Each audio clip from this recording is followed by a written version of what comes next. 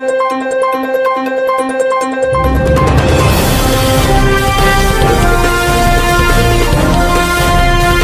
देख रहे हैं इंडिया का नंबर 1 न्यूज चैनल सीधे बोल, खबर आपकी परवाह देश। नमस्कार दोस्तों, मैं मुकेश सुरैनिया सीधे बोल से आप सभी का स्वागत करते हैं।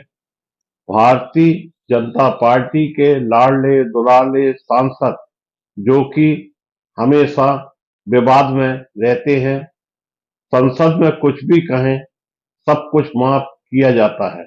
एक कहावत सही बनी है कि जब सैया भये कोतवाल तो डर काहे का।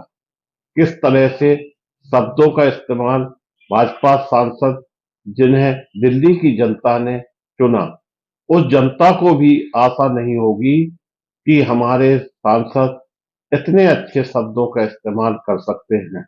मित्रों, रमेश बिधूड़ी ने जो शब्द बसपा सांसद कुंवर दानिश अली के लिए कहे हैं, वो भी कहीं न कहीं से चुने गए हैं और भारी मतों से विजय हुए थे।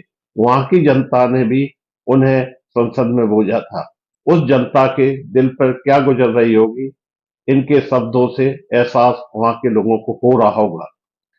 जिसकी आलोचना हर तरफ हो रही है, परंतु इन सांसद के ऊपर अभी तक कोई ठोस कार्रवाई अमल में नहीं लाई गई, जबकि संसद में मौजूद देश के रक्षा मंत्री राजनाथ सिंह ने फौरन इस पर अपना अफसोस जाहिर किया और बसपा सांसद को कहे शब्दों को लेकर चौतरफा जब दबाव बना तो बीजेपी को अपने सांसद को कारण बताओ नोटिस जारी करना पड़ा, वह भी मजबूरी में।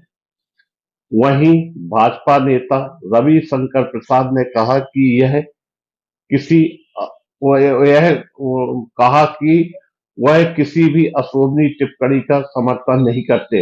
हालांकि जब यह बहस चल रही थी तो वह मुस्कुरा रहे थे और पार्टी के एक और नेता पूर्व केंद्रीय मंत्री डॉक्टर हर्षवर्धन भी खुशी मना रहे थे, लेकिन मामले ने तूल पकड़ा तो उन्हें भी लज्जा आ गई। इस बात के लिए उन्हें सफाई देना पड़ी क्योंकि विवादित टिप्पणी वाला वीडियो वायरल हो गया था।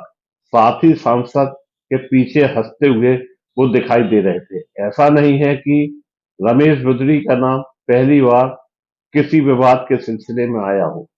सन 1917 में उन्होंने कांग्रेस पर हमला करने के लिए सोनिया गांधी को इतलबी मूल का मुद्दा उठाया था और मथुरा में उन्होंने एक जनसभा के दौरान कहा, इटली में ऐसे संस्कार होंगे कि शादी के 5-7 महीने बाद ही पोता या पोती भी आ जाए। भारतीय संस्कृति में ऐसे संस्कार नहीं है। हालांकि बाद में उन्होंने इस बयान पर स्पष्टीकरण देते हुए कहा था, मित्रों, कि हमारे 5 साल का कार्यकाल पूरा होने से पहले ही हमसे अच्छे दिन का हिसाब नहीं मांग सकती हैं। रमेश बिधूड़ी ने यह बात कांग्रेस की उस आलोचना का जवाब देते हुए कही थी कि सरकार बनने के 2.5 साल बाद भी बीजेपी सरकार ने अपने वादे पूरे नहीं किए। वहीं लोकसभा के स्पीकर ओम बिरला ने भी बीजेपी सांसद रमेश बिधूड़ी को सदन में दिए गए विवादित बयान को गंभीरता से लेते हुए भविष्य में ऐसे बर्ताव की पुनरावृत्ति पर उन्हें कड़ी चेतावनी दी।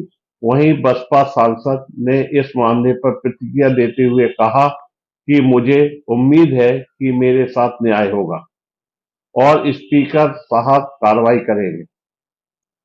अगर ऐसा नहीं होता है तो मैं भरे मन से इस सदन को छोड़ने पर विचार करूंगा। इससे एहसास होता है कि वो मुद्री के शब्दों से कितने विचलित हुए हैं। कांग्रेस नेता जयराम रमेश ने समाचार एजेंसी से कहा कि उन्हें रमेश बिधूड़ी और दनेश अली को जो कहा है वह अत्यंत निंदा से भरा हुआ है। ऐसी भाषा का उपयोग सदन के अंदर या बाहर नहीं होना चाहिए। प्रधानमंत्री नरेंद्र मोदी कहते हैं, नई संसद भवन की शुरुआत नारी शक्ति से हुई है, लेकिन इसकी शुरुआत रमेश बिधूड़ी से हुई है। यह सोच रमेश बिधूड़ी की नहीं बल्कि भारतीय जनता पार्टी की सोच है। हमारी मांग है कि इनकी सदस्यता रद्द की जानी चाहिए। टीएमसी सांसद महुआ ने भी कमेंट्स किए। उन्होंने कहा कि संसद की गर्मा रखने वाले स्पीकर ओम बिरला और विश्व गुरु पीएम नरेंद्र मोदी, बीजेपी के राष्ट्रीय अध्यक्ष जेपी नड्डा कार्रवाई करें। नेशनल कॉन्फ्रेंस के नेता उमर अब्दुल्ला ने इस गुस्सा को जाहिर करते हुए एक एक नफरत से भरे यह सांसद कितनी आसानी से ऐसे आपत्तिजनक शब्दों का इस्तेमाल कर रहे हैं। मुसलमानों के खिलाफ नफरत इस कदर मेन स्ट्रीम कभी नहीं कभी नहीं रही। बीजेपी के मुसलमान नेता इस तरह नफरत रखने वालों के साथ कैसे रह पाते हैं? अगर उन्हें केवल आतंकी आतंकवादी कहा जाता तो हमें इसकी आदत पड़ गई है। मतलब कितने दुखी हैं वो कि वो साफ कह रहे हैं कि अगर हमें आतंकवादी कहा जाए तो इसकी हमें आदत पड़ गई है। उन शब्दों का इस्तेमाल पूरे मुस्लिम समुदाय के खिलाफ किया गया है। मैं समझ नहीं पा रहा हूं कि भाजपा से जुड़े मुसलमान इसे कैसे बर्दाश्त कर सकते हैं। इससे पता चलता है कि वह हमारे बारे में क्या सोचते हैं और उन्हें शर्म आना चाहिए। वहीं आपके सांसद संजय सिंह ने कहा, बीजेपी गुंडागिर्दी कर रही है। बिजुरी की भाषा एक गुंडे माफिया की भाषा है। दानिश अली का अपमान सभी सभी विपक्षी सांसदों का अपमान है। मणिपुर का मुद्दा उठाने पर मुझे निलंबित कर दिया गया था। उनके खिलाफ कार्रवाई क्यों नहीं की जा रही है? यह एक बड़ा सवाल है मित्रों। एआईएम के चीफ असदुद्दीन ओवैसी ने कहा, मुझे भरोसा है कि बिजुरी के खिलाफ कोई कार्रवाई नहीं होगी। ऐसी संभावना है उन्हें भाजपा दिल्ली का प्रदेश अध्यक्ष बना देगी। आज भारत में मुसलमानों के साथ वैसा ही सलूक हो रहा है जैसा कि हिटलर के समय में जर्मनी में यहूदियों के साथ हुआ करता था। इत,